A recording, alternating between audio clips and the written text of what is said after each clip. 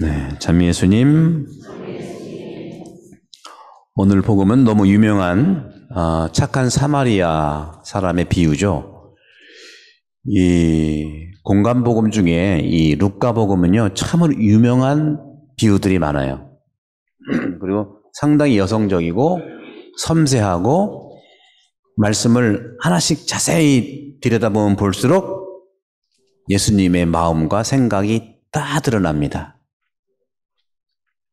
특별히 루카복음 15장도 그렇고 오늘 10장도 그렇고, 루카복음 15장은 여러분 아십니다만은 그 돌아온 아들의 비유 아니겠어요? 거기서 아들이 두 명이 나오잖아요. 아버지 나오고. 근데 작은 아들이 나갔어요. 그죠? 나갔는데 여러분 같으면 어떡할 것 같아요? 동네 방네 방 붙이고 찾아 나실 거예요. 그렇죠? 근데 이 아버지는 그렇지 않았어요. 나간 건 나간 거다, 이렇게 냉정한 게 아니라 기다려준다는 겁니다. 기다려주는 것이 아버지의 핵심이에요. 근데 함께 살고 있는 큰아들은 매일 같이 살면서 불만투성이잖아요. 동생 욕하고 아버지도 나를 종처럼 했다, 양만 안 줬다, 계속 그래. 아버지의 행동은 어떻습니까? 집을 나간 작은 아들은 기다려주는 것이 아버지의 사랑이고 자비인데, 함께 살고 있는 일종의 왜곡된 큰아들한테는요, 할 수 있는 만큼 다 설명하고, 동구 밖에 나가서 그 아들하고 얘기하고, 또 아들이 왔을 때는 네 동생이 왔지 않느냐 하고, 적극적으로 설명하고 이해하고 대화하신 분이에요. 이게 중요한 사랑입니다. 제가 어저께 레지오 꼬미즘에 훈련할 때 이런 말씀 드렸어요. 요즘에는 집에서도 부모, 자녀들 간에, 남편 간에 카톡으로 얘기하대. 카톡은 집 밖에 있는 사람은 하는 거 아니겠어요? 그죠? 물론 오죽했으면 그렇겠냐 하겠지만, 안 하는 것보다 낫다 할 수 있겠지만, 이런 식으로 루카 복음은 아주 섬세하게 우리 사람의 살아갈 인생의 길, 그리스도의 길, 우리의 길을 제시하는 겁니다. 주장하고 요구하는 것이 아니라 제시하는 거예요. 제시하면 따라가면 되는 거예요. 오늘 복음도 마찬가지예요. 오늘 복음에 율법 교사가 누굽니까? 율법을 너무 잘하는 법조인이에요. 그 율법 기초가 성경 말씀이죠. 아주 세세하게 다 알고 있는 사람이에요. 그런데 예수님이 오신다고 하니까 시험하려고 예수님한테 물어보는 거예요. 영생을 어떻게 받죠? 하고 물어보는 거예요. 예수님이 대화하는 거예요. 오늘 이 루카복음 10장이요, 여러분들 우리가 하는 그룹 성경 공부의 표본이에요. 이렇게 그룹 성경 공부하는 거예요. 주거니 받거니 내 생각을 얘기하고 네 생각 정답 맞추는 거 아닙니다. 우리 정답 노이로제에서 내려놓으세요. 정답을 추구할 때 메시지라든가 마음을 잃지 못해요. 오늘 주거니 받거니 얘기하잖아요. 해답 얘기하는 거예요. 보세요. 예수님께서 율법에 뭐하라고 쓰여 있죠? 그걸 어떻게 생각하세요? 어떻게 읽었어요? 하고 물어보는 거예요. 그러니까 율법 교사는 정말 법조인이니까 달달달 외웠죠. 법조문 외우듯이 달달달달달. 그건 제가 말씀 안 드릴게요. 뭐 마음을 다하고 목숨을 아까 다 했으니까 하면서 핵심인 주 너의 하느님을 사랑하고 네 이웃을 너 자신처럼 사랑해야 한다 하고 정답을 맞힌 거예요. 정답. 그랬더니 예수님께서 옳게 대답하였어요. 그럼 그렇게 살면 되죠, 우리가. 그죠? 그렇게 살면 되겠습니다. 왜? 예수님은 그렇게 살거든요. 나는 사니까 너 살아, 이게 아니에요. 그렇게 살면 되겠습니다. 그러니까 이제 율법교사는 하면 더, 자기 여기 표현은 자기 정당함을 드러내고 싶다고 했지만, 이 예수라는 작자가 어떻게 알고 있나 하고 이제 시험해 보려고 계속. 율법교사는 이렇게 물어봤어요. 그러면 예수, 누가 내 이웃이야? 지금 전화 온 사람이야. 내 이웃이 이웃이 전화 오지 누가 와. 그죠? 계속 오네요. 누가 저의 이웃입니까? 하고 물었어요. 그때 예수님께서는 사마리아 사람의 비유를 너무 잘 알, 굿 사마리탄, 이 비유를 얘기하는 거죠. 근데 가만히 보시면요, 오늘 착한 사마리아 사람 비유에서 자비를 베풀고 이웃을 사랑한 사람은 종교 지도자가 아니에요. 사제도 아니고요. 또 레위도 아니에요. 레위는 누구냐면 요즘에 이제 우리 성당에 보면 제가 사제고 우리 성가대원이 레위인들이야. 성가대원. 이 두 명은요 10시 반미사 하느라고 그냥 가버리는 거예요. 10시 반미사 지금 성가대 해야 되지 어딜 도와줘? 또 나만 해야 되나? 아주 현실적인 거예요. 오늘 너무 재밌어요. 어떤 사제가 그 길로 내려가다가 초주검을 한 그 사람을, 강도 만난 사람을 보고선 참 재밌어요. 길 반대쪽으로 갔대. 레위도 마찬가지 길 반대쪽으로 갔대. 오다가 그냥 돌아가 버린 거예요. 지나가는 것도 참 그래가지고. 그런데 누가? 여행하던 사마리아 사람. 여행하면서는 조금 누가 도와줄 여유가 좀 있지 않겠어요? 사제나 레위는 책임감 때문에 아유 나는 하고는 싶지만 지금 일이 좀 급하니까 간 거예요. 이게 바로 뭐냐면은 책임감이기도 하고 여기 성실성이기도 하지만 이게 깊은 골로 가면 이게 바로 리갈리즘이에요. 율법주의예요. 법치주의. 예수님이 이걸 얘기하는 거예요. 러브하고 리걸리즘 경쟁하지 말라는 겁니다. 그럴수록 우리는 합리적인 거에서 법이라는 것이 합리적인 거 아니에요? 율법이 얼마나 합리적인 거예요? 그렇죠?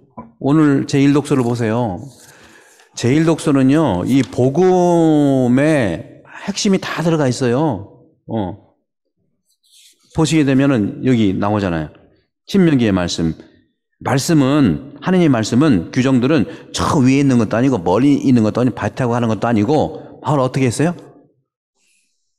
너희에게 아주 가까이에 있다. 가까이에 있는 게 말씀이고 그것이 규정이에요. 어디에 있다고 했어요? 입에 있고 마음에 있고 얼마든지 할 수 있다. 그런 점에서 우리가 이 복음을 들을 때마다 아이고 나는 저 못 사는데 어떻게 자책을 하려고 예수님이 말씀하신 게 아니에요.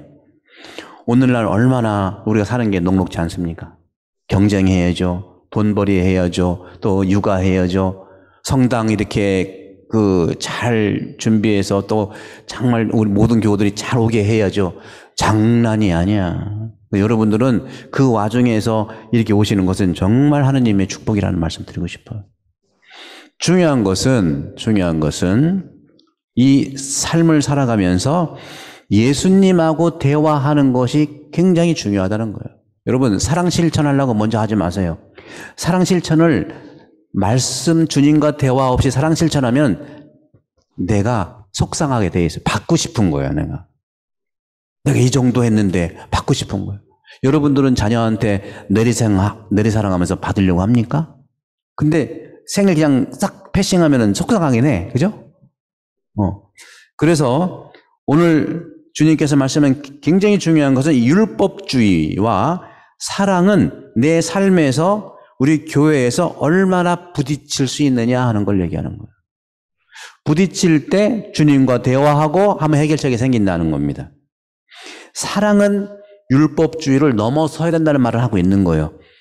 하느님을 사랑하는 것은 우리가 얼마든지 내가 할 수 있다고 해요. 성당에 오는 것도 하느님을 사랑하는 것이고 또 영성체도 마찬가지고 하느님을 사랑하는 행위예요. 근데 이웃을 돕는다는 것은 그렇게 쉬운 거 아닙니다. 예수님이 그걸 얘기하는 거예요. 그래서 율법 교사가 누가 내 이웃이야? 하고 물어보니까 사마리아 비유를 얘기하면서 마지막에 하시잖아요. 물어보잖아요. 대화하잖아요. 이 세 사람 가운데 누가 강도 만난 사람에게 이웃이 되어 주었냐? 여기 포인트가 있죠.